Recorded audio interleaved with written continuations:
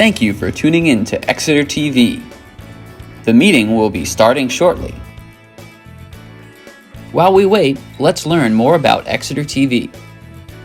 Exeter TV is the town's public and government access channels, available on Comcast channels 98 and 22. Channel 98 is your channel. If you have an idea for a program, want to host your own talk show, or submit a film, we're here to get your content on television. On Channel 22, we bring you live and replay coverage of government meetings and other town updates. A third channel, Blue Hawk Media, is operated by SAU 16 and can be found on Channel 13, with all your school sports, events, and meetings. You can watch Exeter TV online at exeternh.tv, Apple TV, and on Roku. Find us on social media for extra content. Subscribe to our YouTube channel and hit the bell to get notified about live streams and new content. Tune in to our platforms every other Friday to watch the Exeter Bi-Weekly Report, with recaps of recent events, updates from town departments, and messages from nonprofits in your area. If you head to our website, exeternh.tv, we invite you to sign up to our newsletter to receive monthly updates about new content, upcoming meetings, and more. We'd like to thank you for taking the time to watch Exeter TV and hope that you tune in to our other content as well.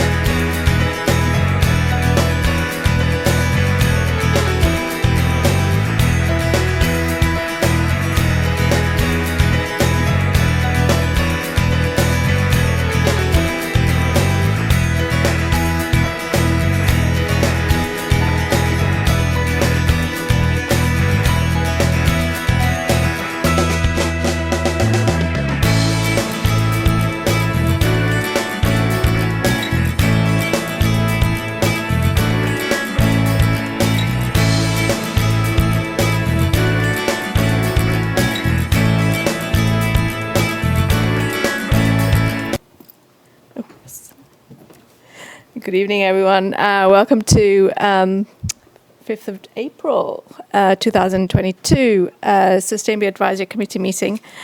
and welcome everyone. The whole committee members are here in person, which is so exciting and so good. So maybe just go around and just say your name and The TV's on. just have like a little reintroduction. Absolutely. It's been a while. It's been a while. Kristen, did you want to hit it off? Hello, everyone. I'm Kristen. What should I say? I used to work for the local utility, but now I'm full-time sustainability. Yeah, I started a new job recently. Oh, you did? Yeah. Cool. Focus on sustainability certifications. Wow. Very With Unitil? No, I'm not with Unitil. It's a completely different, like, certification-based company and testing company. Okay, cool. Congratulations. Thanks. Yeah, it's fun. Christopher Zigmont, 22 Crestview in Exeter. Nina Braun. Bev Tappan. Jackie Ojala. Adam Dunville. Welcome, everyone. Did you want to? Mr. Murphy, I'm now providing staff support to this board.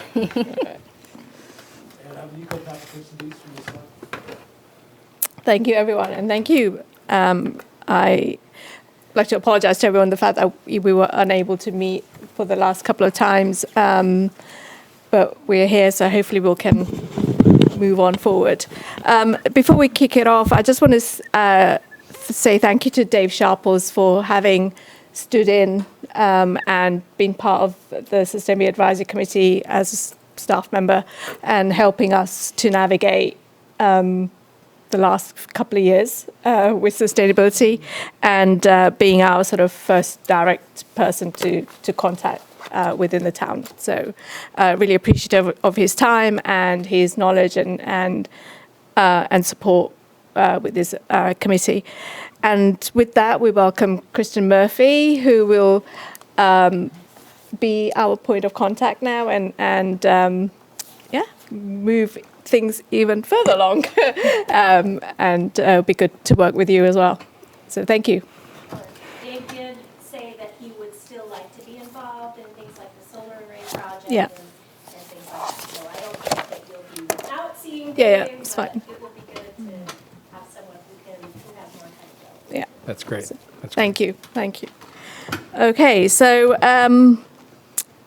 we had a couple of missed meetings, unfortunately. So we're going to take you back to 2021, to December, the 7th minutes. Does anyone had any comments or amendments to those? I had none. Motion to approve? A second. Yes. Yes. Okay. All right. Cool. And then we missed the January meeting, and then we had February the 1st was our next meeting, and again the minutes for that. Any comments? Any amendments? Were they all okay? Yeah, no comments. No comments. All right. Motion to second. Anyone second? Second. All right, perfect. All right. So, and then we missed March for a variety of reasons, so we're here in April. So, I think there was a couple of things that were brought up in the, I just want to quickly, we will touch on that. We'll touch on it in the agenda anyway for single-use plastics. Just wanted to say in terms of Earth Day, which is obviously this month on the 22nd of April, a Friday, and been in touch with DPW, and as we did last year, basically there's a poster out and it has been shared on Facebook, and DPW have also shared it, and it's on the website as well.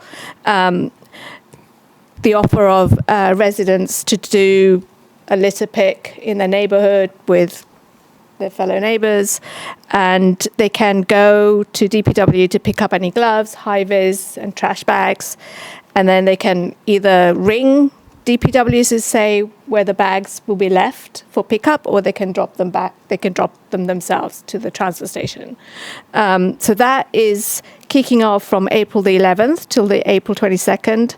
So again, if people wanted to get together and do something within their neighborhoods and sort of help with cleaning up our town.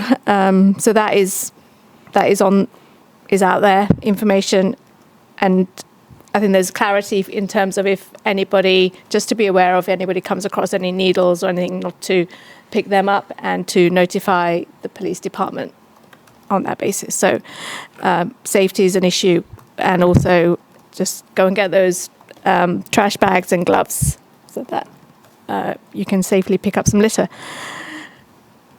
All right, so we're going to move on to our big thing that we've been discussing for a while now, single-use plastic document.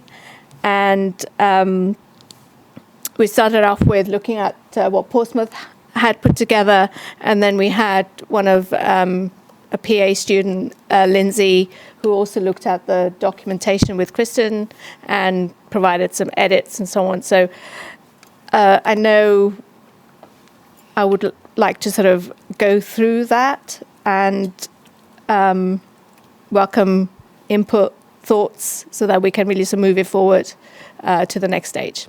So, is that okay? Yeah. Great. All right. So I think it was all in everyone's pack.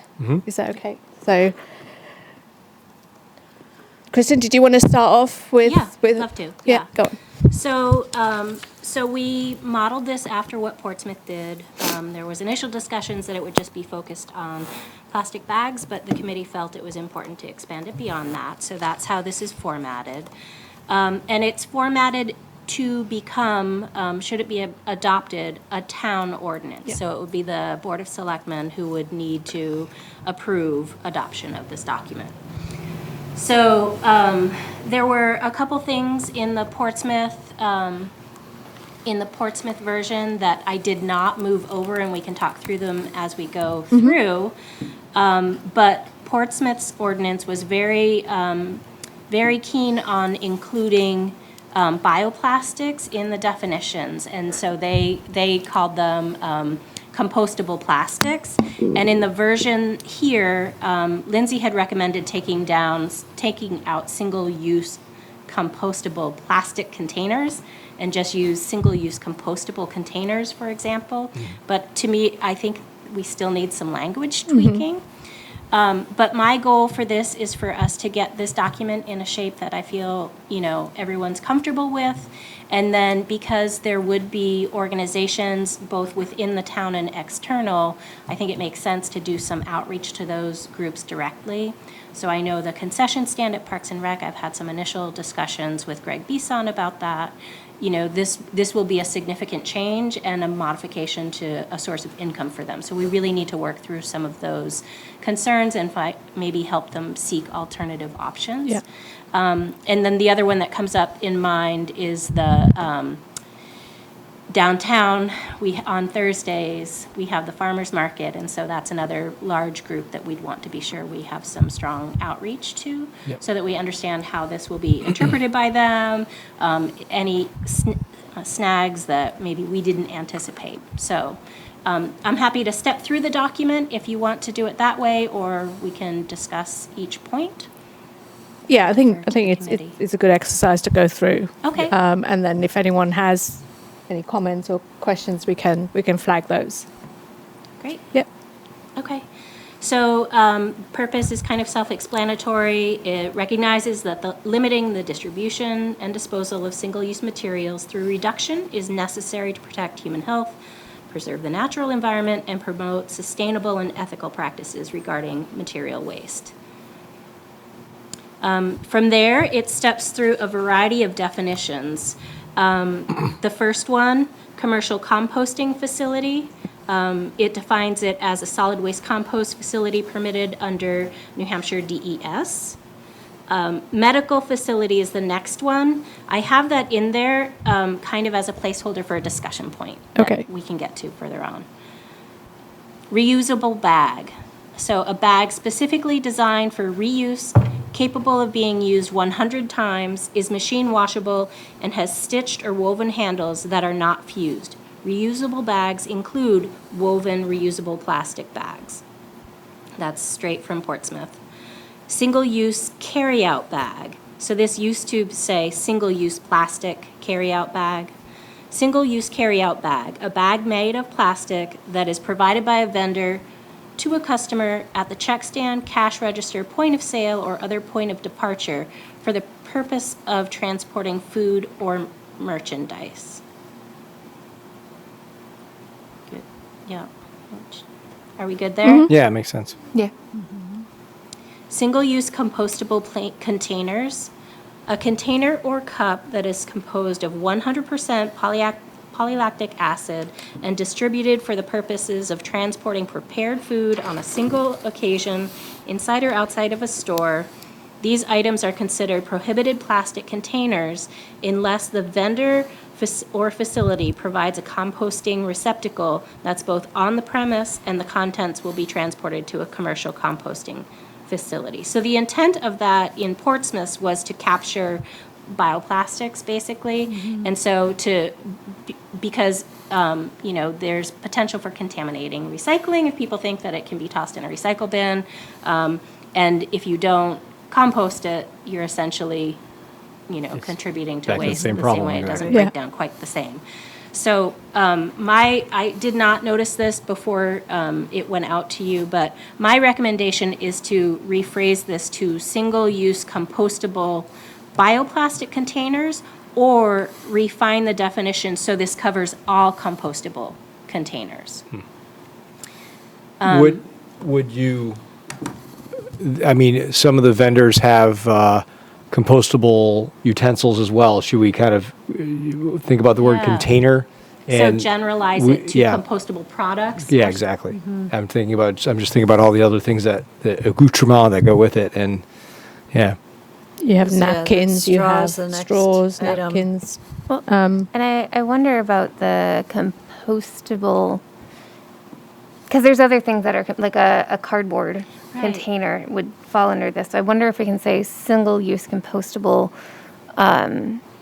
containers that require an industrial compost facility, because there's other ones that could Breakdown. Yeah. break down in other facilities, and I don't know if that would require a different treatment, because there would have to be a composting stream for that to Right. be effective. So I don't know if that really matters, actually. Good question. I think keeping it as simple as we can Yeah. and verbiage is important. Yeah, because the objective Yeah. here really is to make sure that these things don't enter the recycling stream.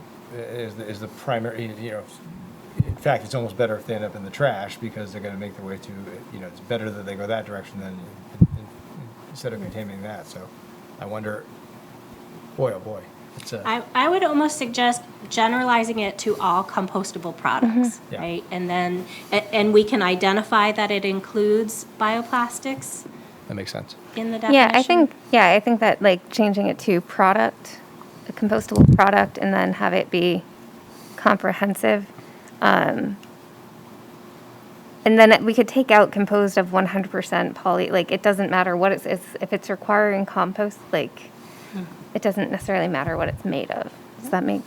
Yeah, I'm just conscious of the fact because people confuse themselves, and I'd noticed the other day there was like a takeout container which was cardboard, right, on the the outside, but then the inside is obviously plastic lined, right, to stop sort of absorption, and even though from a layperson's point of view, they would see that as saying, "Oh, this must be compostable," whereas in fact it's not.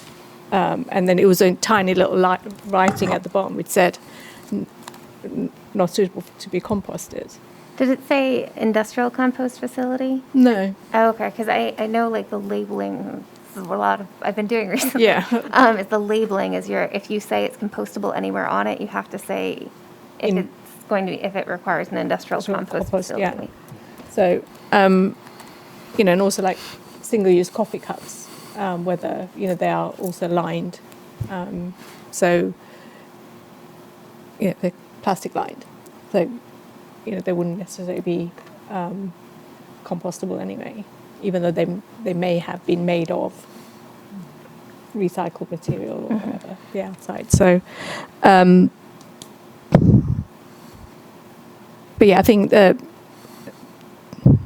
what we're just discussing here, the containers, and a bit more. It's so hard to put simpler language in so that everyone understands. But I think I have a Yeah. sense for what you're looking for. Yeah. If you Yeah. want. Okay. So is the intent to leave today with this accepted, or are you good coming back? We With can the come final- back. We can come back with Yeah. the final No, I thing. think, I think you're right, Yeah. yeah. Just any of these little touch points, just make sure we're sort of agreed heading out of here, and we can come back to it. And on that, I'll send this back to you. I'll try to capture what we're saying. But I think we should remove under the reusable bag, machine washable, because I'm thinking of some plastic reusable bags that you wouldn't throw in a washing machine. So I don't think that's, Oh, the That plastic sounds- woven, yeah. yeah. Keep washable, or, Just remove is machine washable. okay.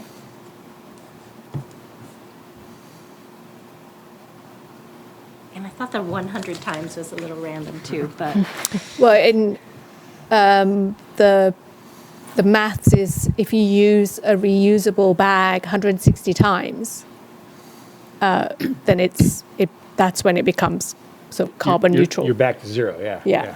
yeah, so why 100? I don't know. You can change that to 160 Yeah, because that's the official sort of. We're going to hire a bag monitor to, If you Make use sure it, those woven handles are not fused as well. yeah. that was curious to me. Yeah, me too. Yeah, what does that mean? Should we just Well, I remove mean, that? well, plastic Yeah. welding is Okay. actually state-of-the-art thing. It's better than stitching in a lot of ways. I'm curious why we don't want fused handles, Okay. Yeah, we could. unless I'm missing something. That Has was from stitched or Portsmouth as woven- well. Yeah. Does it make sense to have stitched or woven Can we handles? can we find out why? Is it possible to learn? It was probably in there for a reason. I know Dave has tried to get some follow-up on this ordinance, on the town, Yeah. citywide ordinance. Yeah. From Portsmouth, and was pretty challenged to find anyone Would talk to them. who recognized that it was adopted even. Really? And so I can try, but. Yeah. I actually have a shop in downtown Portsmouth and I have a contact, so I'll see if I can find out anything Sure. too. I know he tried Peter Britz, he tried, I think, I don't know, I can can't get the remember. list of who he Okay. asked, just, but, Yeah, I mean, I wouldn't kill ourselves over trying to figure it out, but if it was an easy answer, somewhat easy answer, I'd Yeah. love to find out in case we're missing something obvious that we don't see. Yeah, and I do know that, I don't know when exactly it's supposed to be in effect, because they haven't mentioned anything as far as I know, to store owners or dropped Retailers. off anything off, so I noticed some shops around town are still using plastic bags too, so I don't. so my understanding was it was adopted, but because New Hampshire had, and I don't know, this has not been confirmed, Right. but this is what has been said to me by people who aren't necessarily knowledgeable, but that because New Hampshire, municipalities need to be authorized to be more, to have official policy around something by the state. And so that's why the state legislature had all of those single-use plastic bills, but none of them made it forward. forward. So that needed to happen in order for towns to actually take town-wide action or city-wide action. So I believe it may have been adopted, but it's not enforceable because it's not legal. Legal. So maybe this one's for Kristen and for Nico. So just looking forward, if we're successful getting through the language and getting this put before the select board, and the select board moves it forward and makes it an ordinance, would we still not be able to enforce it without that state permission? Yeah, if the select board is not authorized to make the ordinance enforceable, I mean, you could present it to the select board. Any ordinance requires 3 public hearings. So, and we just went through this with the tree ordinance, where we had the 3 public hearings, and twice the select board sent it back with just some suggestions, revisions. I think you actually did some extra homework. So it's an opportunity for the public to weigh in. Yeah.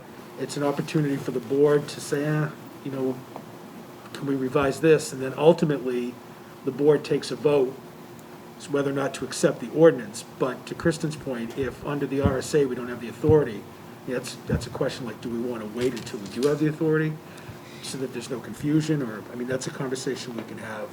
Right, and I think that was the intent behind dividing it up into two different ordinances, right? Right. And so right now, we're just looking at town property. So the Right. town does have authority to manage how they use their own property.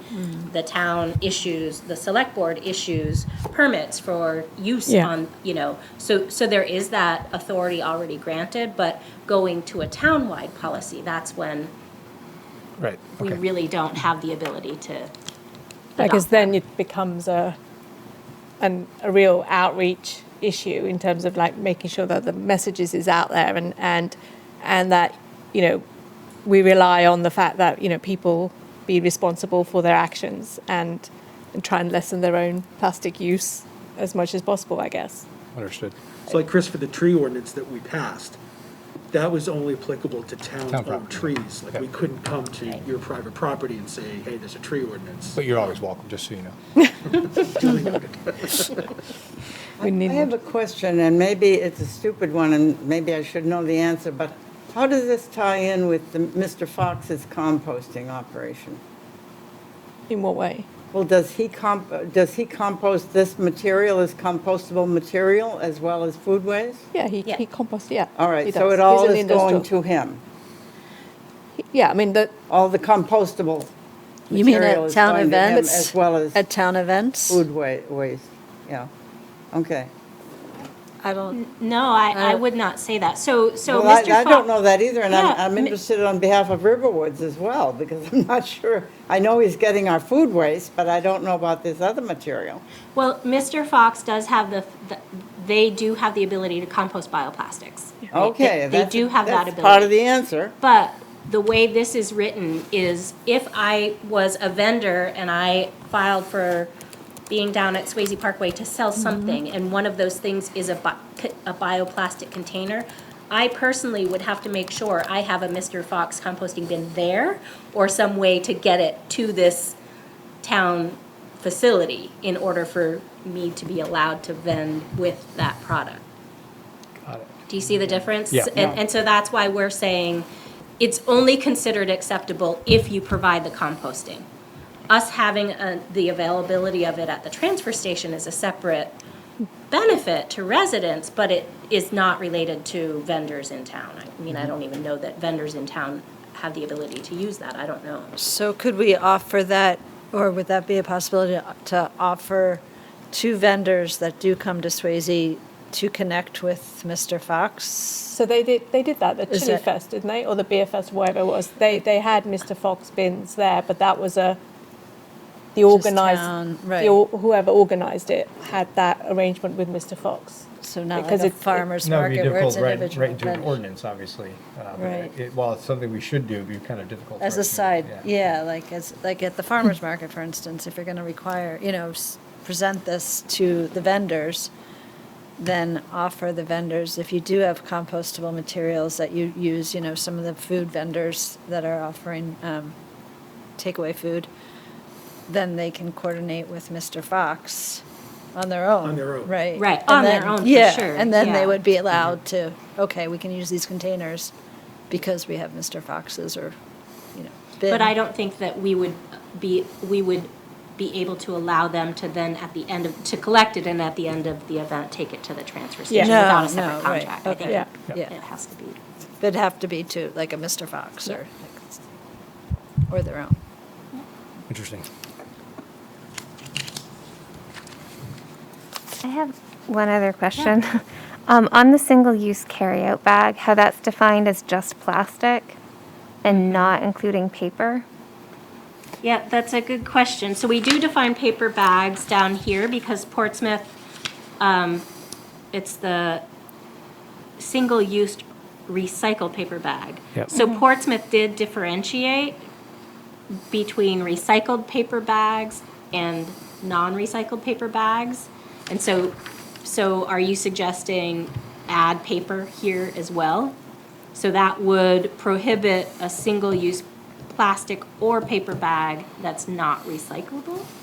I'm not saying prohibit it. I just think when this might be confusing when you define a single-use carryout bag as only plastic, because when people look at that, they'll be like, all right, so what about paper? Where does that fit in? So I don't know, have single-use carryout plastic, single-use carryout paper, and just have them both defined right there. And not saying that that you can't use both of them, but just make it clear that, or maybe just get rid of plastic and just say that like single-use carryout bag. Plastic or paper. Yes, just But I do think at some point we should decide where this committee wants this ordinance to sit. The way Portsmouth was set up was they distinguished and they allowed recycled paper bags, but prohibited non-recycled paper bags. And so if you want to go down that route, I think it makes sense to generalize this. If not, then we should have both defined.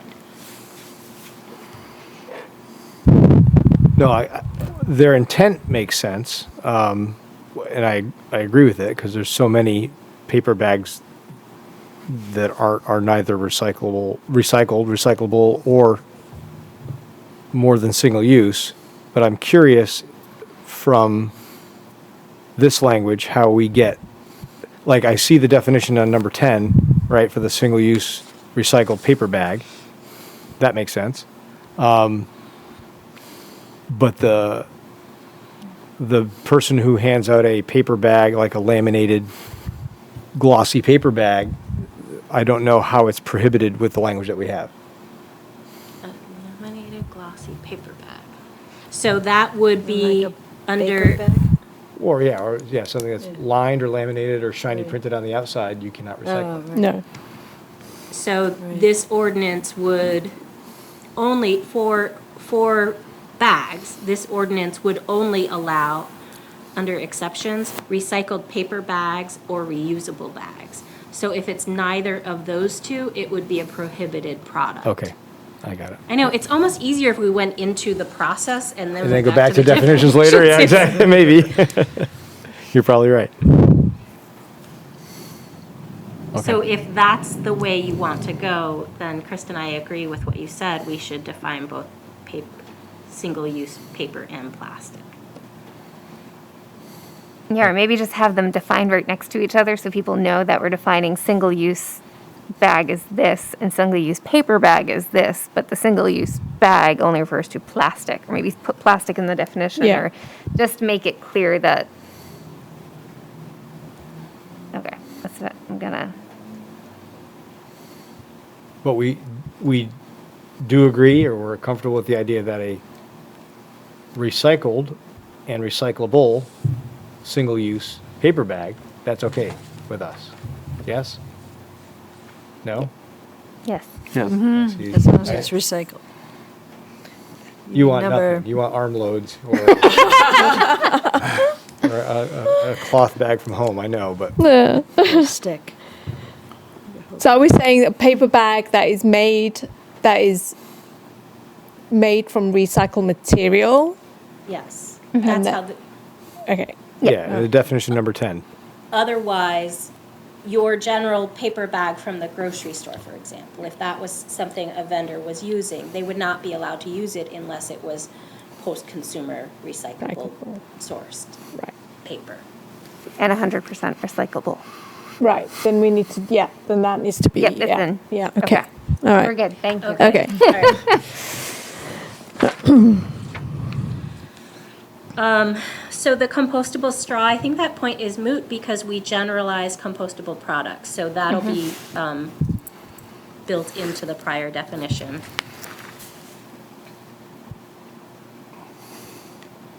Single-use plastic bag. A bag that is made predominantly of polyethylene plastic derived from either petroleum and provided at a check stand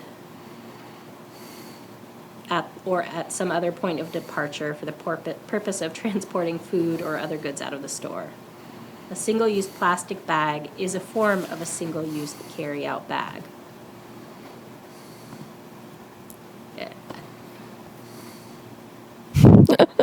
It's, And it's, yeah, Okay. it seems redundant, but but isn't it? Wouldn't all of that definition also fit in the single-use carryout bag? yeah, the difference is because Portsmouth's ordinance differentiated between bioplastic, like corn-based Yeah, yeah. bags Yep. and plastic bags. Yeah. And so when we morphed it, Yeah. it's a little mixed up. Can we just, instead of all the definitions, can we just go to like compostable products, single-use plastic products, and then we can list containers, bags, straws Yeah, under one definition? yeah, I think that would be And you a could lot rattle off clearer. the different plastic compounds all in that same sentence, Yeah. polyethylene and on and on. Well, but it, like, I feel like if you start listing off what the compounds are, because, well, what if it's corn-based, but then it's not compostable? Like, where I see does, what you're saying. like, Yeah, let's yeah. just call Yep. it single-use plastic Yep, and. agreed. Yeah, and so Portsmouth also had, I grouped all of them, the prohibited single-use items, they had one for every single definition category, which also made it further confusing, but I do like that. I mean, that's the intent, right? And Yeah. And so I think that makes sense to all of us, more so than worrying about the nuances in definitions, as long as that's something that we also down the road can explain to someone else when they're like, well, what about this product? Yeah. We'll need to be able to say yes or no, Right. Okay. So should we skip the definitions and those will get a re, Yeah, makes sense. Yep. let me just step through them, make sure there's no other discussion point on it. Okay, so polystyrene, do we want to call that out specifically or no? Styrofoam, That's yeah. Yeah, that's. Yes. I think that should be. Yep. Well, getting back to Kristen's point, however, I mean, if we're going to put all single-use Under one umbrella. items of any material, with Yeah, but I feel styrofoam. like plastic or like, I agree that maybe styrene, like single-use plastic products, Yeah. single-use styrofoam. styrene products. Okay, fair Because enough. that could be a container or a cup. Right, So, okay, yep.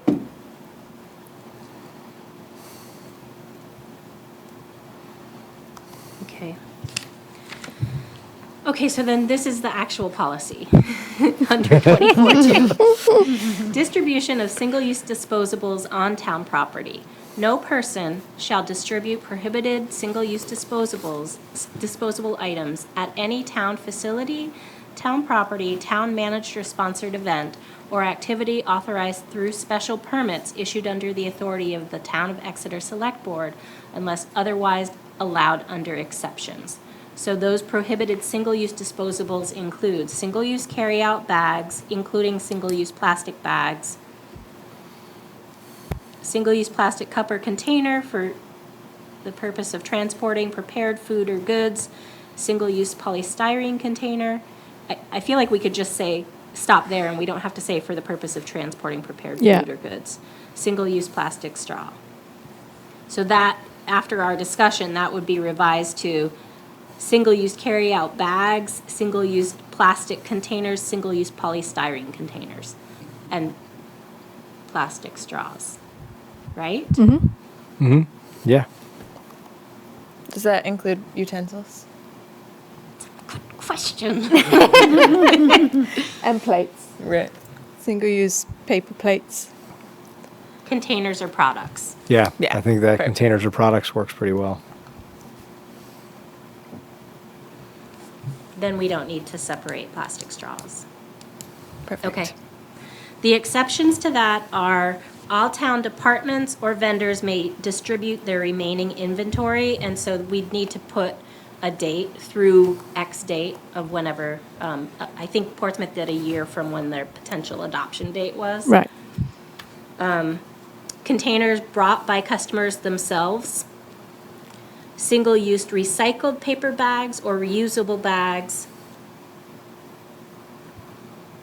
I'm trying to think how I would change, single-use compostable containers or products are permitted only if the vendor or facility provides composting receptacle that is both on the premise and its contents will be transported to the composting facility. It's like, there's zero trust in this. A vendor. Well, 'cause no, people are just going to hunt for loopholes otherwise, right? So. A vendor on town property may provide a customer participating in special supplemental nutrition program for women, infants, and children, or supplemental nutrition assistance program with one or more single-use carry-out bag or reusable bag. So Portsmouth had an exemption for this. I'm not sure how that plays in what activities we permit or how that would even be relevant.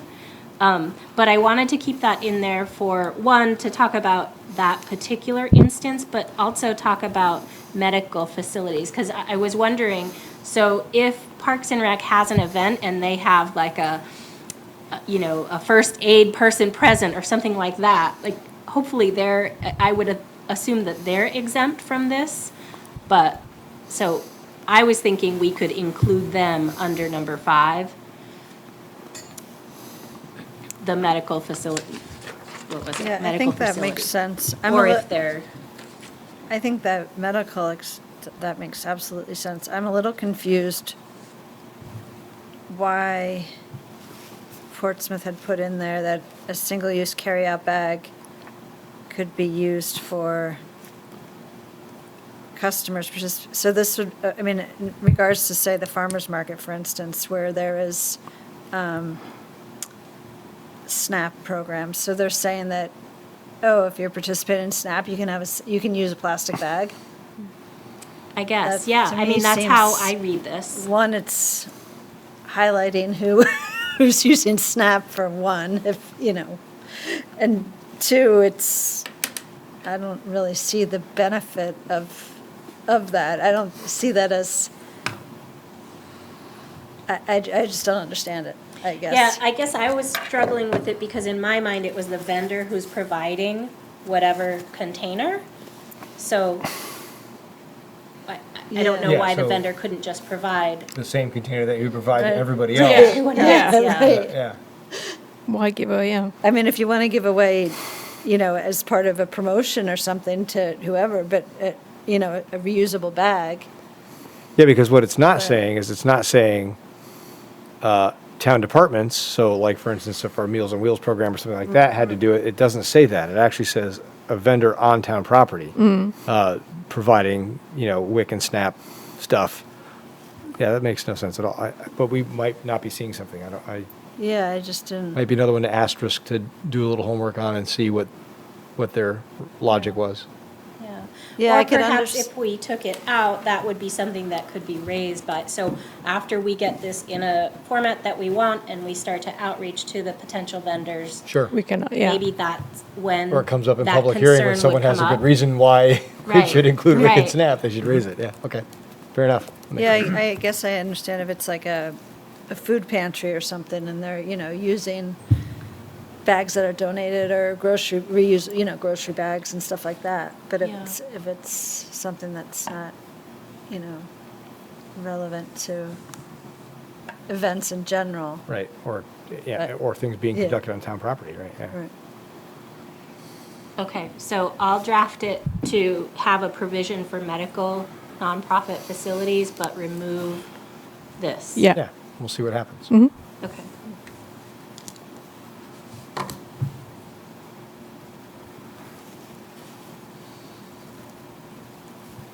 And if it becomes apparent to anybody while we're away, Right, yeah, right, I mean, I Kristen? feel weird taking it out. I could, the only thing I could think of is like donated bags or people reusing Yeah. plastic grocery bags at, for food assistance programs or something, but. Yeah. In Portsmouth's policy, there was something that got taken out about like the carry-through cost or whatever. Yeah. Do you think that's why it was in there? Like I know some a good places question. charge, like if you want a paper bag, you have to pay 10 cents extra. Oh, right. So do you think it has to do with that? Makes a lot of sense. Yes. Yeah, maybe. So they Yeah, didn't want to. I was remembering something. It was like, was it 10 cents or something? I thought there was like I think that's what it's in Vermont, but I don't know about Portsmouth. Yeah. They did have pass-through costs. I can't remember if it was in their town or city-wide policy or in this one. I don't know. Yeah, my understanding with the pass-through cost was you can give a plastic bag, but then you charge 10 cents for every plastic bag except for WIC. And then you don't charge 10 cents. So I think that was, I think so. okay. That makes sense. That makes a lot of sense, That makes the most sense of it. I think at least. I'm not 100%, but it makes sense. Yeah, it makes sense. Okay, and then the last section is penalties and remedies. In addition to any other penalty or remedy permissible by law for violation of this ordinance, the following shall apply. If the town determines a violation of this ordinance has occurred, a written warning that includes potential penalties for future violations will be issued. Upon second or subsequent infraction of this ordinance, the town is authorized to issue citations to persons, firms, or corporations violating this ordinance with the ordinances in accordance with the ordinances of the town of Exeter. Such citation may include fines up to $300.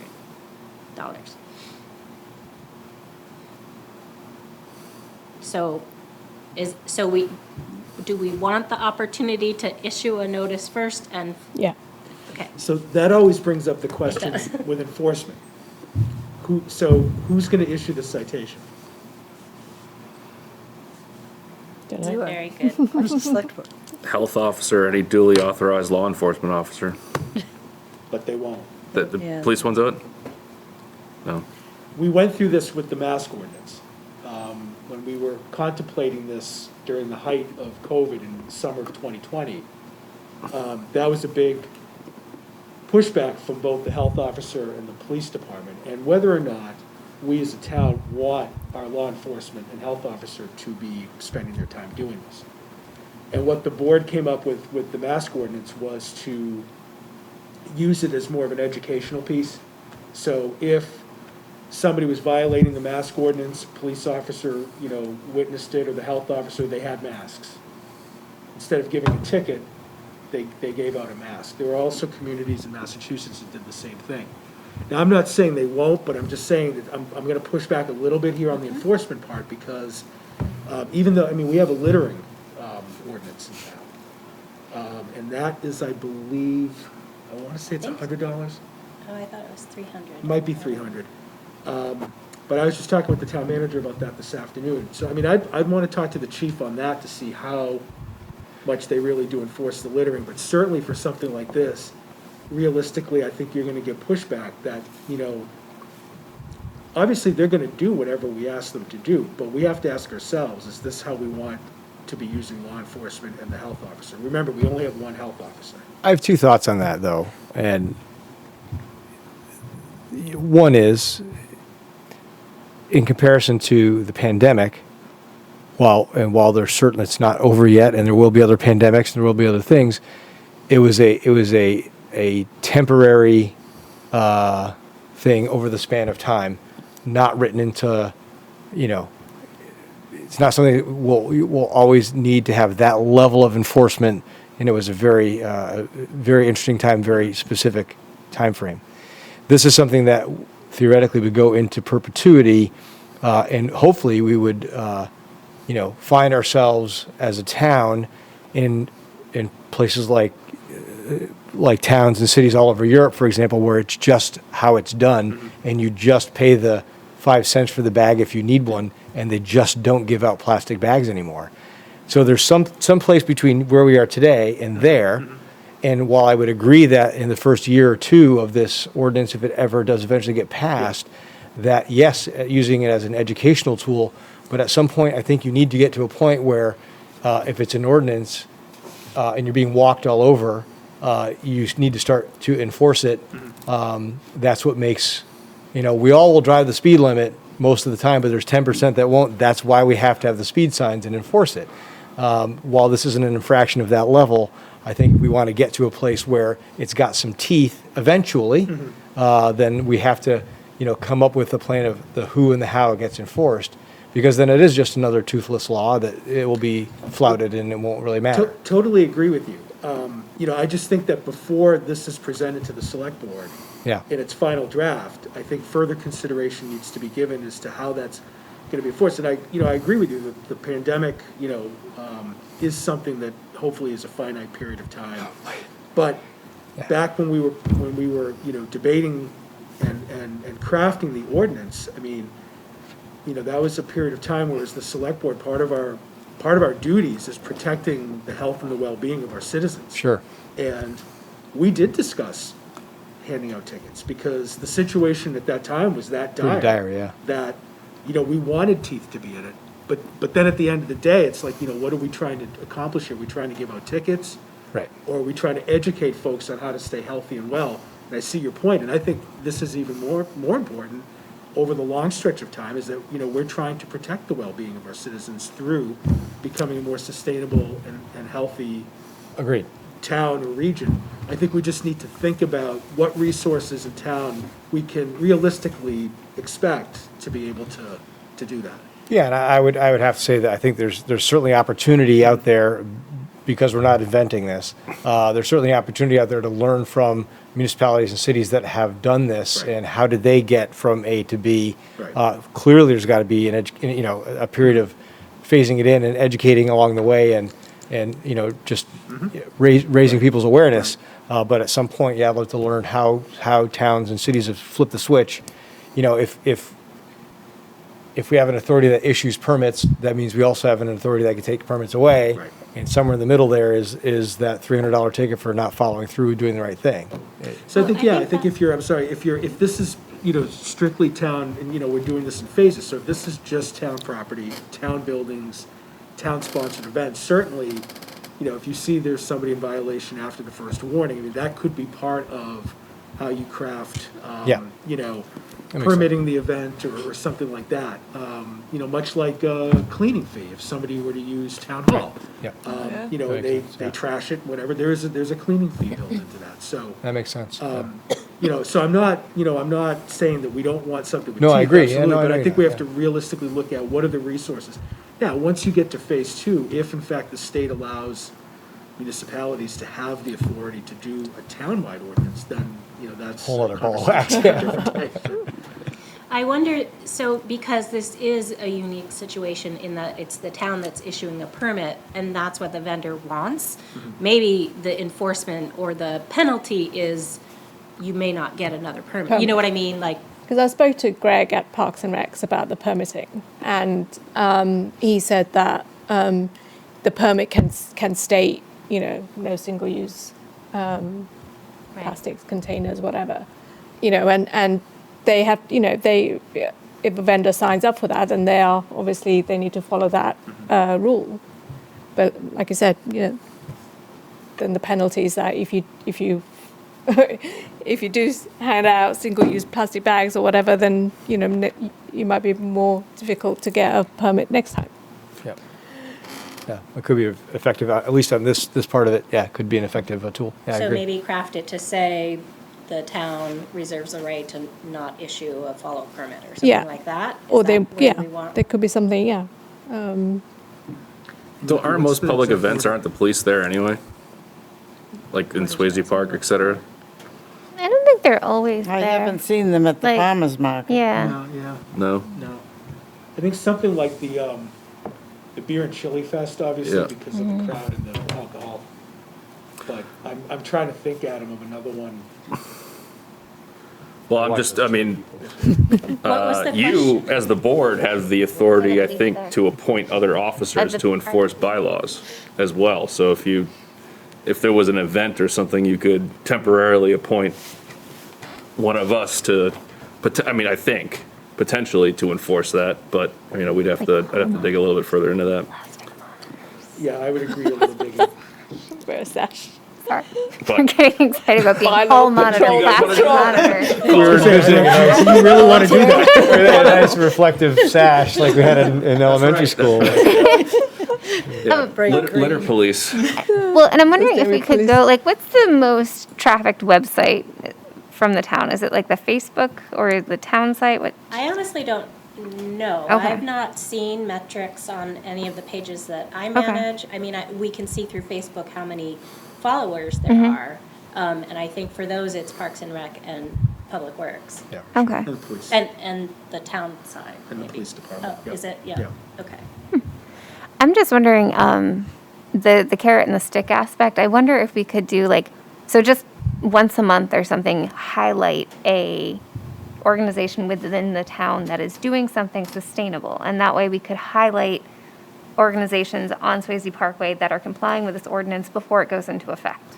And that way we can start publicizing like these people are doing it right. And it would be possible to do organizations with, like, it's not an ordinance for the entire town, but we could highlight and start creating like sustainability champions for town of Exeter or something that organizations within the town that are already doing what we're asking. And just kind of like, that way also if people are like, it's not possible, we can be like, Is. yeah, Kind of yeah. like a PR thing Yeah. too for the Yeah. groups that are participating or vendors. Yeah, and if we just do it like once a month, that's only 12 a year. It's not a huge, and it could just be like a page, be like, hey, thanks so much, blank, for using compostable products. I still think that another thing that would be beneficial is to sort of work with the Chamber of Commerce and do Yeah. like a morning breakfast sort of workshop on, and, give them ideas as to how they could change their products or whatever, and alternatives are available out there. Yeah, because I know the city of Pittsburgh, they created a sustainable Pittsburgh like logo, and this is a sustainable Pittsburgh restaurant, and you'd have like a logo at like, it's kind of like certified that we're following sustainable practices, we're composting, we're, getting food from local sources, things like Yeah. that. So I don't know if we need to have a sticker in that, but a way of highlighting, and it could be like highlight it and then just have a directory of, and be like, would you like to be added to the directory? This is what you need to do. Like, just kind of, It's an interesting idea. Coming back to permitting too, I mean, obviously only half of this is really vendors on town property, because this also encompasses town departments and things like that. But on the permitting side, boy, you go get you put new tires in your car, you actually pay a fee for the disposal of the old tires. Yeah. I wonder if it's, part of the permitting process would be just a deposit, whatever the permitting fee is, and then a returnable deposit, for, sustainability fund or whatever, and that deposit is returned if you meet the definition of the ordinance, and you only give out, containers that are permitted, all that money comes back to you. If you don't do that, then you lose your deposit. So is that in addition to what's already being charged as a fee now? Yeah, so if you have a $100 fee, whatever the fee is to permit whatever, and then there's a $50 reserve or whatever, like when you rent a car, and if you return the car without any dings or dents, you get all your money back. Right. If you exit town property and you met the definitions of this ordinance, you get all your money back. If you give out single-use plastics and you flaunt that, and you flout the ordinance, then you lose that deposit. And that way, it keeps, it's both carrot and stick. Yeah. It keeps people, it's just like the rental car. You know what the rules are when you go to rent the car. Yeah. So, So I think that's an interesting concept. I think we would have to take another look at the permitting fees and increase them to give that deposit back, because the fees is there. yeah, it would be an additional fund. Yeah, the fees It's are basically bare bones to pay the absolutely, cost yeah. of, No, it would be a surcharge on top of that, for sure. Okay, okay. And again, it's just a reserve, right? Just Right. like that, Yeah. the rental car. So Right, right. That's a good idea. Yeah. Who would enforce it? Yeah. well, What's part of the fee collection? it's part of the fee collection. So So, but I mean, who would be able to monitor to say like XYZ Who's gonna hold the vendor money followed and it? decide? Parks and Rec Parks collect and all Rec of the would do that? permitting fees. Oh, Yeah, they did the so then they would be. yeah, so I mean, yeah, okay. if you're found Yeah, giving yeah. out plastic bags, no one has to go up to your face at the thing, but you're No, found no, giving no. out plastic Yeah, bags yeah. and you lose your Check. deposit. Yeah. Right, But right, yeah. if I'm Parks and Rec and I've collected your fee, how will I know if I can give it back? That's, yeah. Yeah, but I think that might be something that a health officer would be comfortable doing, just walking through the venue and just taking notes. You don't have to confront anybody, you don't have to issue a citation, you just have to say, well, vendor X was giving out plastic bags and he's gonna lose his deposit. And that way it's just built into the contract, so. I don't know if this would be possible, would there be a email or a phone number that if anyone wanted to snap a picture and send it? Report Like, violations it- here. Well, it's just like, that way it's like anonymous, our it's Facebook not, Plastic bag tip line, yeah, exactly. it comes with a free bag. And anyone that, yeah, get given a reusable bag.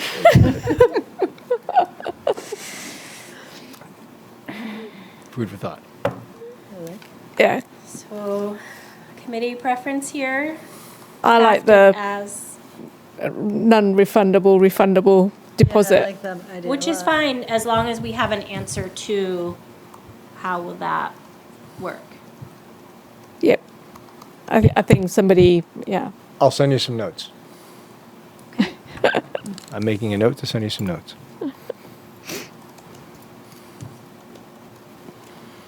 Just to work on it a little bit, see if that can work. Should I put in the notes about the more carrot aspect and promoting organizations that are doing? Yeah. Okay.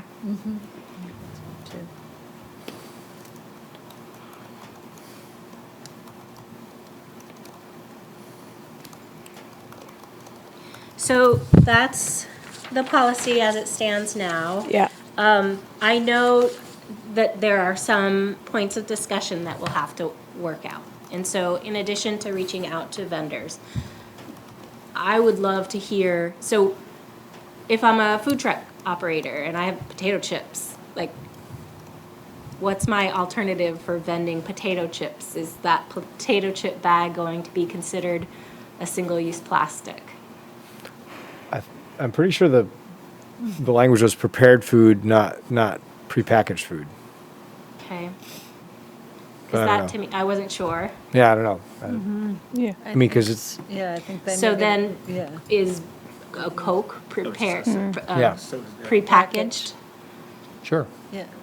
So a Coke in a plastic bottle's, If it came from the Coke factory in a plastic bottle, I don't think the vendor has a responsibility to dispose the plastic that's bottle. very different from what I was envisioning then. Interesting, okay. Yeah. Yeah, I thought it was going to be single-use plastic bottles would be not permittable. That's a good question, yeah. So Plastic bottles, yeah, but a Coke can would be okay because it's a recycled. can's all right, yeah, but a plastic bottle, a water bottle, a plastic water bottle, single-use. It's funny, I didn't get that from the language here. I think it would be, I think that I mean Good that's to one of our enforce, one of our but- biggest plastic pollution Sure. going But it- is single-use I didn't plastic get that water from that. bottles. Then we should really sharpen the language You to know. make sure that's crystal clear. And it might have just been where my head was at, but reading through this, I saw vendors on town property from food trucks to the farmer's market, taking what they made and putting it in a, to-go whatever, and giving it to me, and that's not, they have to meet the test of this ordinance now. Not that I bought a Coke to go with the falafel that I just bought. Yeah, I mean, I would have extended, but I know Yeah, you so don't see that, but I think for, Yeah, I single-use, guess when we revise it, we need this. yeah, single-use sure. water, single-use plastic bottles I think, should be part of this. I don't disagree. Because I think there's just so much plastic waste and plastic water bottles. There's alternatives available. Are vendors required, if they give out plastic bottles or cans, required to provide recycling? Okay.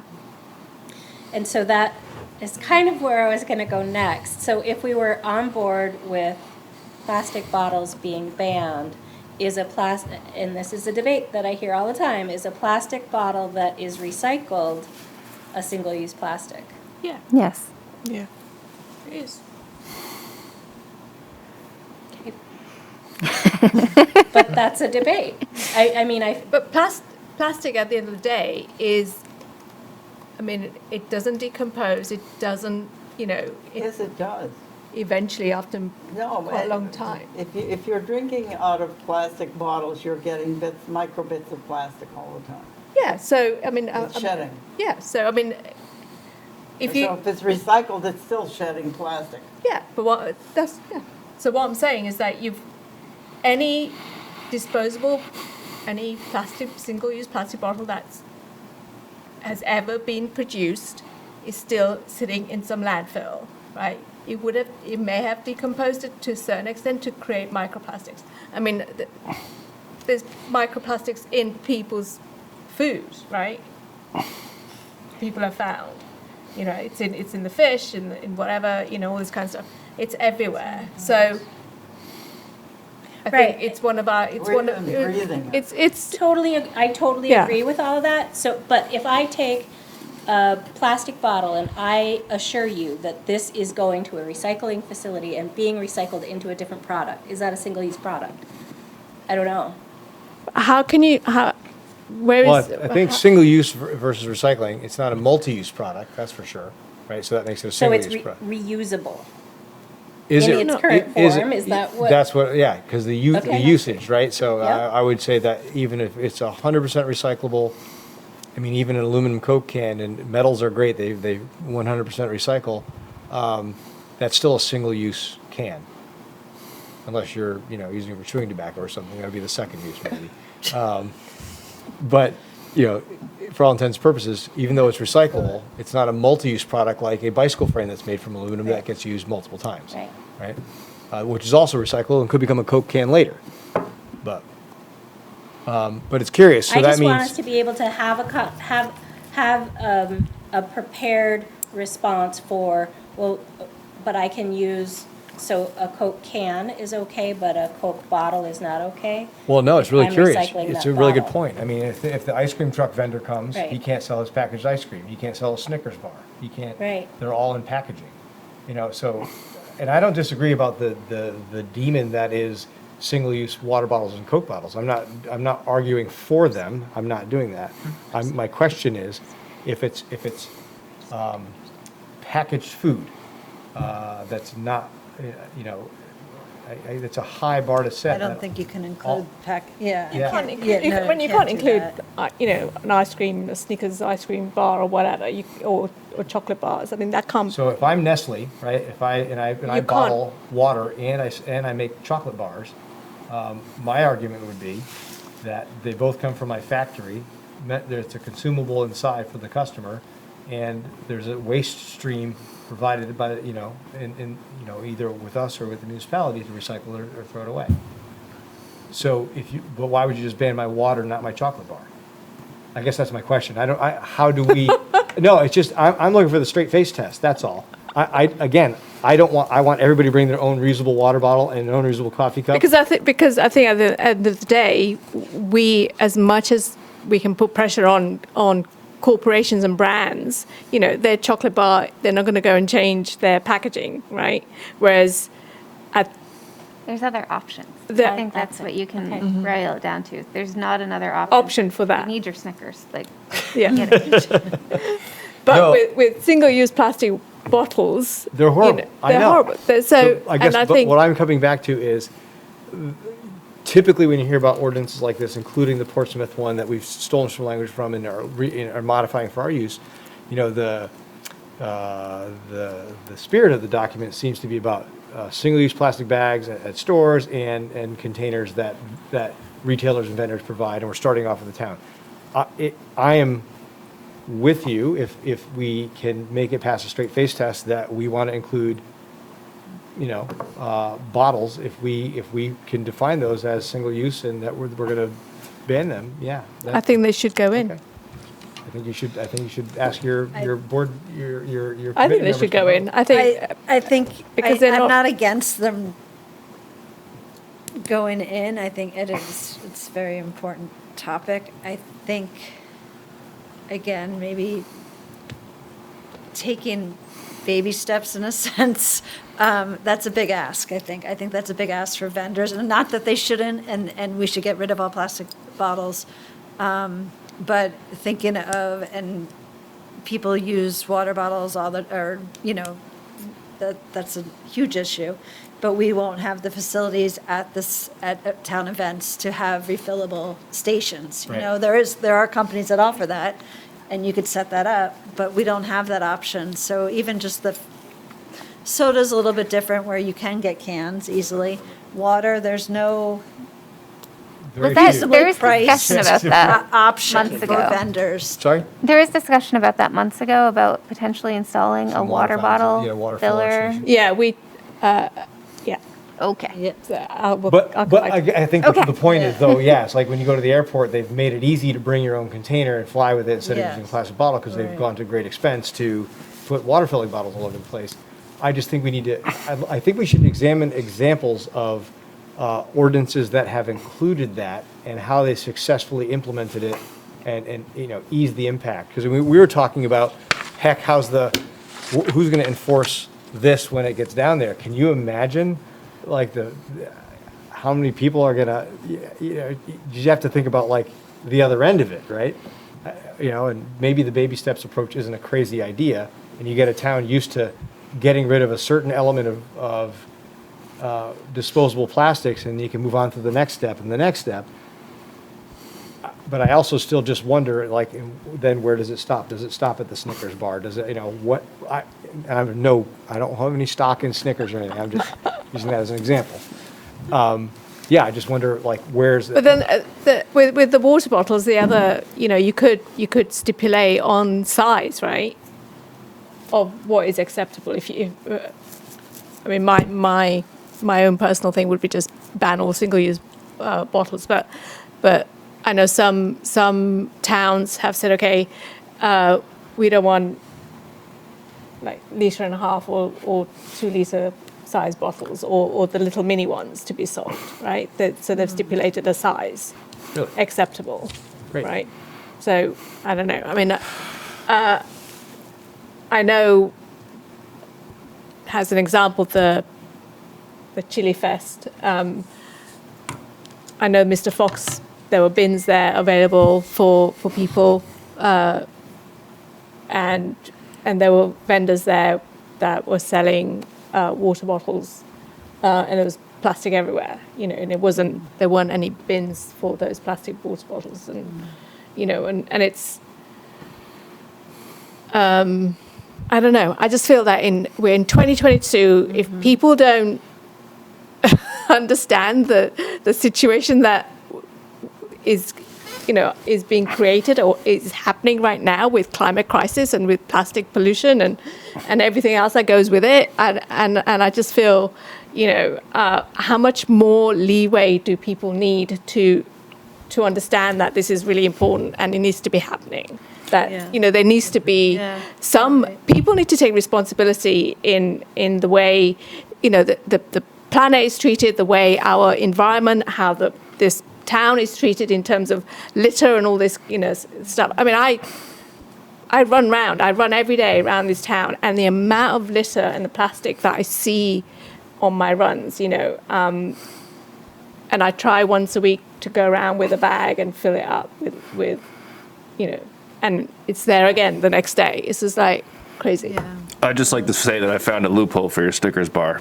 It doesn't meet the definition of our actual single-use plastic because it's not derived from petroleum or natural gas. It's potato waste starch.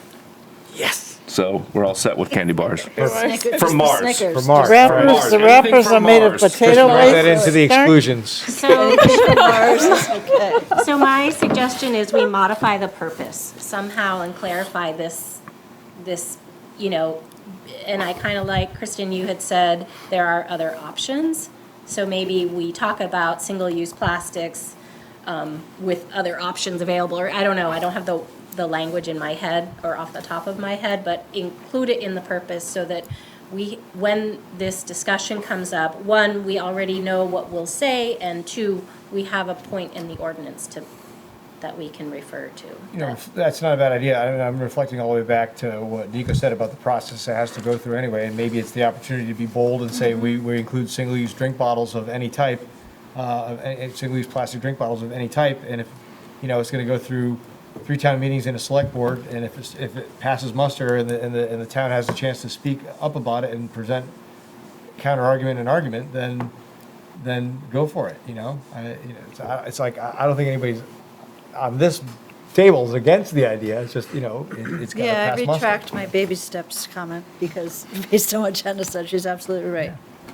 We're here to change things. Let's So we do have it. to. We Yeah, have to take those steps. No one else is going to do it. And, You're right. I mean, I'm horrified every time I go to the supermarket when I see Oh, I know.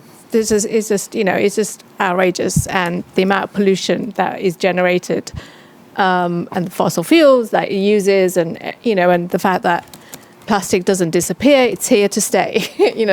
This planet is turning into a plastic planet. Which I think is just awful. So I think we just have to be bold about it, and if we did all our research and homework and got information out and spoke to people, then I think we can take those. Single-use plastic drink bottles, put them in there, and it maybe needs exclusionary language where, or more specificity to say that where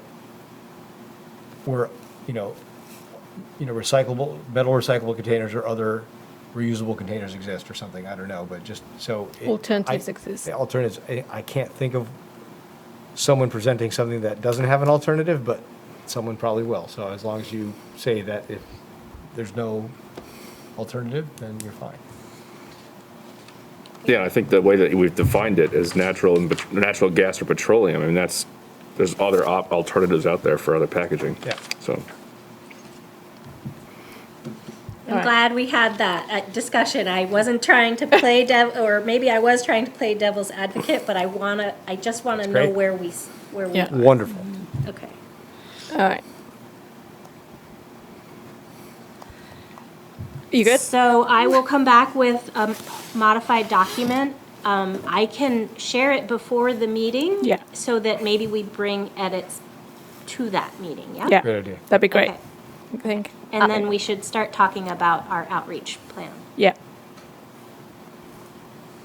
All right. Great. Okay. Let's move on. Second thing on the agenda is the ALY Festival, which is happening May the 14th, which is a Saturday, 9 till 1 at the Founders Park by the library. And I just want to sort of nail down, obviously, members here, volunteers to come along for the table, to stand and talk to people. So we've asked for it to be plastic free. Includes balloons, because balloons are plastic and they're single use. And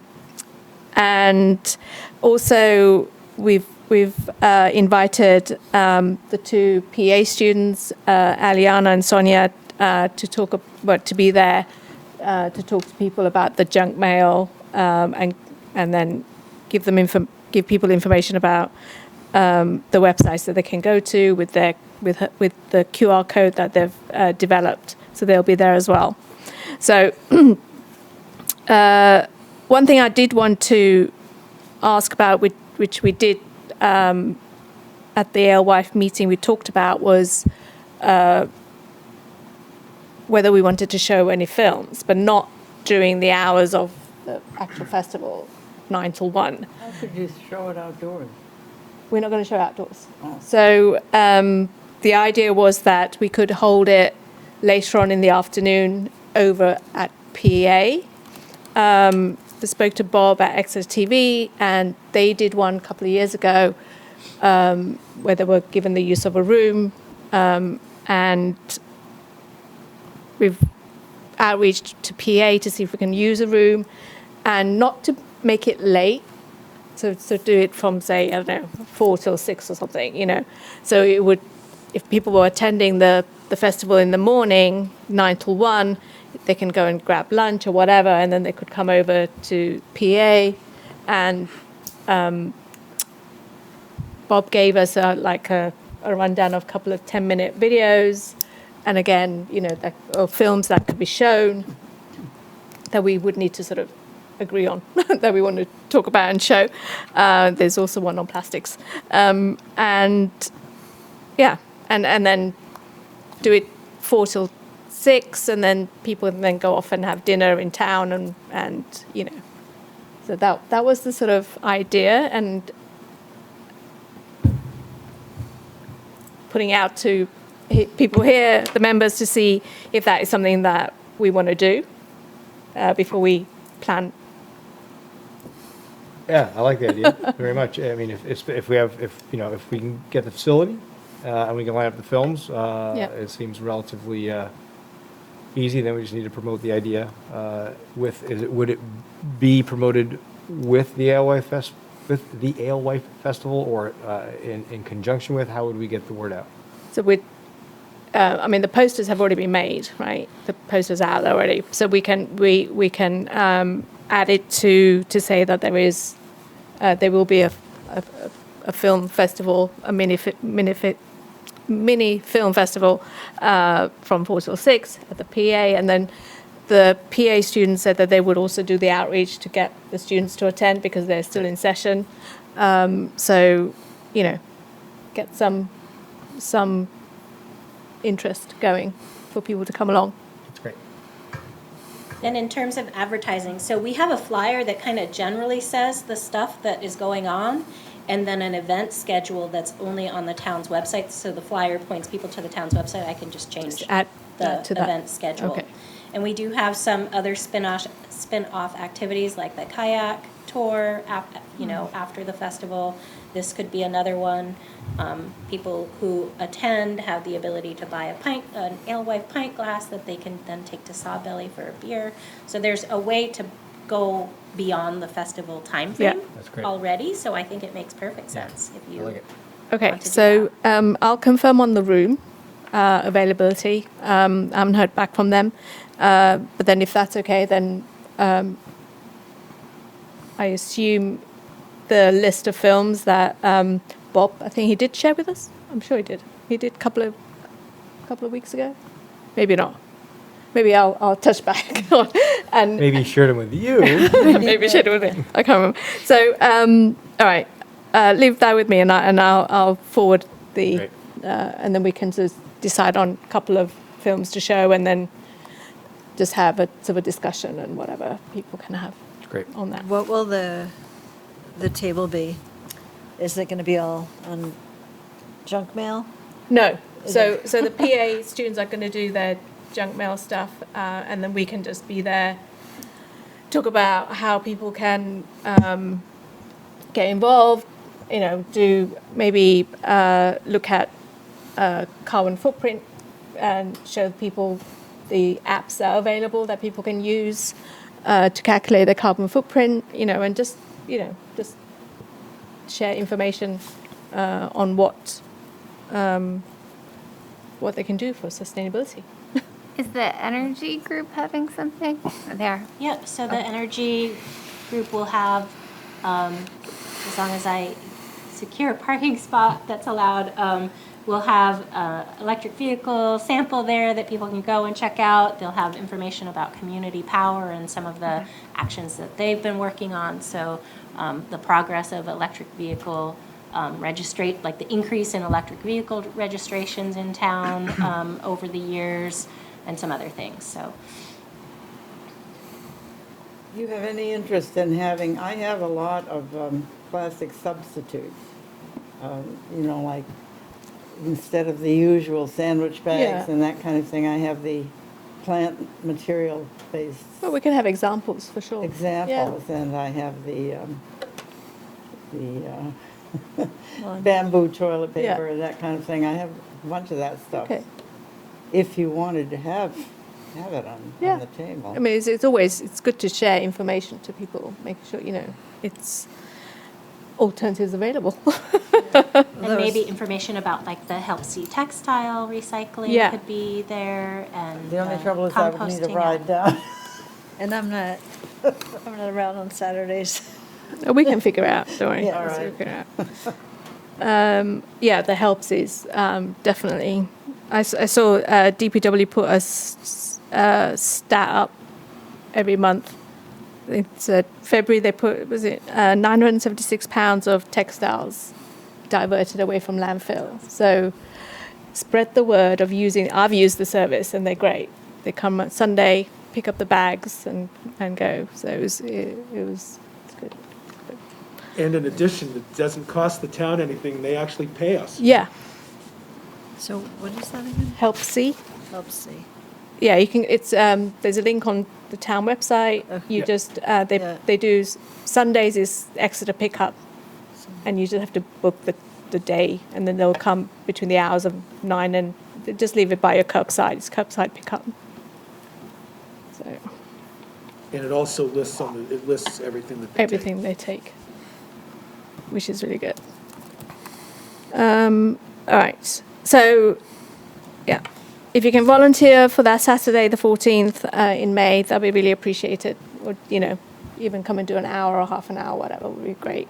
I can do something. Be great. What else? Just to say, there's obviously April Earth Month, Earth Day coming up, 22nd. Took part in a green video, which will be going out on Earth Day, is it? I don't know. Yeah. So all the committees did a little thing to camera about what each committee's been working on with environmental issues, and so I gave a little recap, and then also had the two PA students as well. I invited them to do their bit on junk mail as well. So they'll be in that video as well, which is really good. So that'll be going out on the 22nd of April. Do I have any other information? I don't. Nope. Any other business? Anyone? I have a few things to mention. Mm-hmm. One, you already mentioned the 976 pounds of textiles. I thought that was awesome. That was for the month of February. Last year, we documented 16,500 pounds of compostable food waste with Mr. Fox. And so Public Works has tried to up it to get 22,000 next year. So hopefully the year 22 will be 22,000 pounds. So I like the idea of promoting that through our pages. Yeah. And then I wanted to mention that Public Works right now, they repurpose some of their plastic barrels that are a product of the water treatment chemicals. They carry chlorine that they've all been washed out and tested, and they are offering them for free to residents with a donation of to St. Vincent de Paul, and there's information on their website for how to get a rain barrel.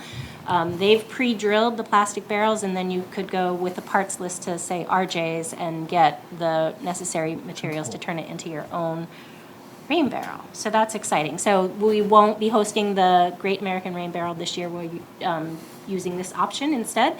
And so far, I think Tricia said there's like 23 rain barrels that have I'm picking mine up tomorrow. yeah, which is great. That's great. actually, so I've been running the Great American Rain Barrel program. They're $75 for, I think, 5 years. That's the most we've ever distributed. So I think this is a great option. To me, it tells me that price is kind of a factor there. So anyway, and then I wanted to let you know that Dave and I will be meeting with Rockingham Planning Commission on the 11th to talk about their technical assistance for climate and resiliency, in hopes to kind of resolve and tie up the work that Julie had initiated.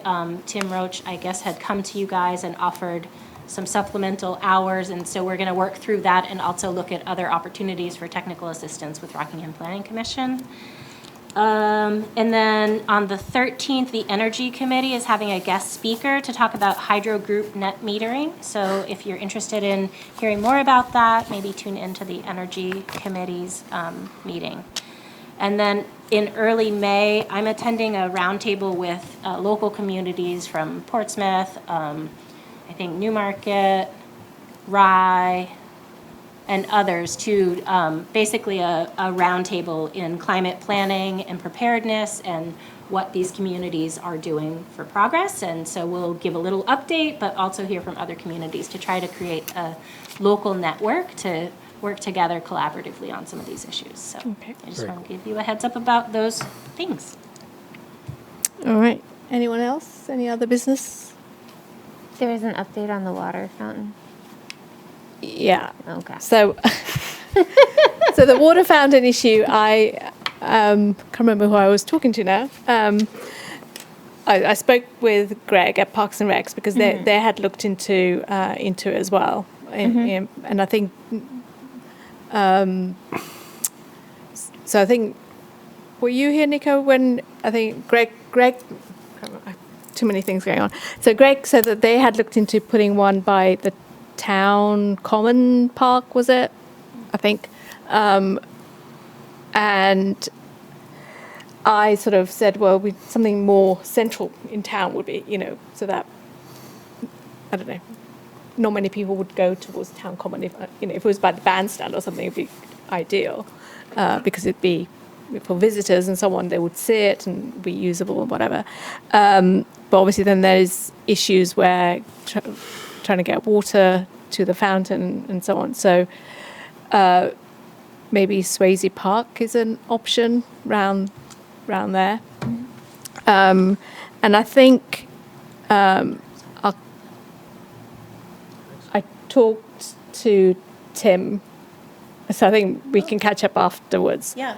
On the time that was given to us, whether we could then instead of using the time, we could use the money instead towards putting a water fountain in. Yeah, and As something more viable and visible, as opposed to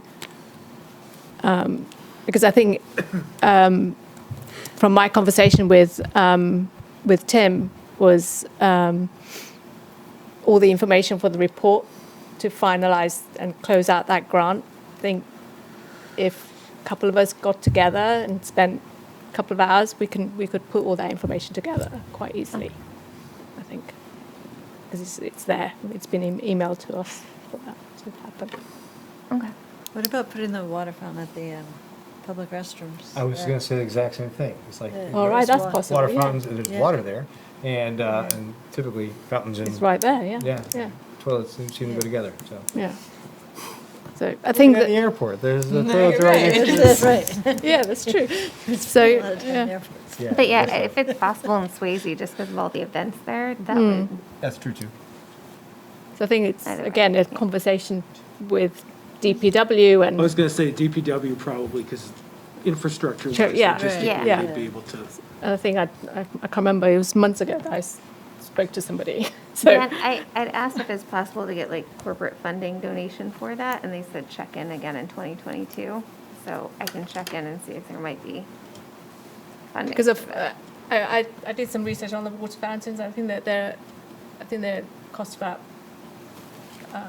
$4,000 to $5,000, and then obviously the installation of it all and the infrastructure of, of putting it all in place is obviously extra. So I'll talk to Jen at DPWJ, and then we can sort of see the possibility of that happening. Not for nothing, but if you want people to stop carrying water bottles and stop buying them, it makes a good sense to solicit, even run a fundraiser, get town businesses and residents to chip in to put a couple water fountains in. Seems like a really All good that idea. extra permit money, All that extra permit money. which we hopefully Exactly. won't get. Would fund- People are going fund to the follow water it, fountain. but Exactly. if they don't. All right. Okay. Okay. Everyone good? So, Madam Chair, before you adjourn, I just would like to mention, if you didn't watch the Select Board meeting last Monday, we announced that Jennifer Perry, the DPW Director, was awarded, she was one of the top 10 Public Works leaders in the country. Wow. Wow. This is an award that's been given out since 1960, and Jennifer is the first woman in New England Oh, that's to ever get it.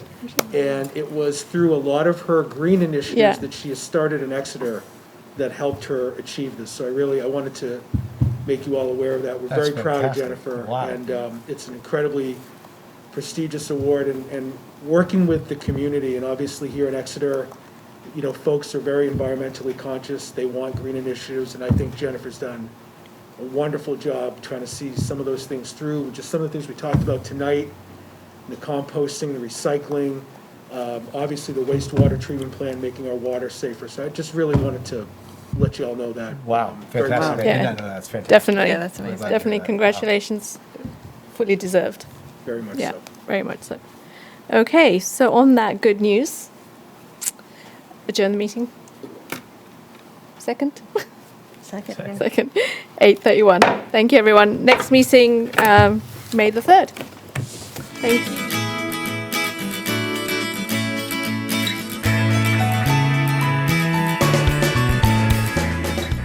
Thank you for tuning in to Exeter TV. Exeter TV is the town's public and government access channels, available on Comcast channels 98 and 22. Channel 98 is your channel. If you have an idea for a program, want to host your own talk show, or submit a film, we're here to get your content on television.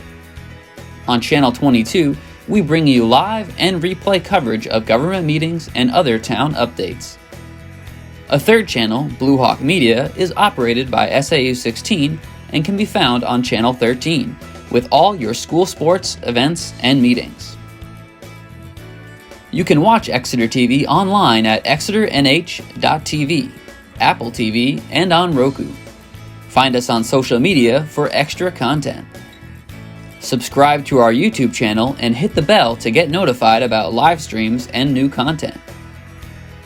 Tune in to our platforms every other Friday to watch the Exeter Biweekly Report, with recaps of recent events, updates from town departments, and messages from nonprofits in your area.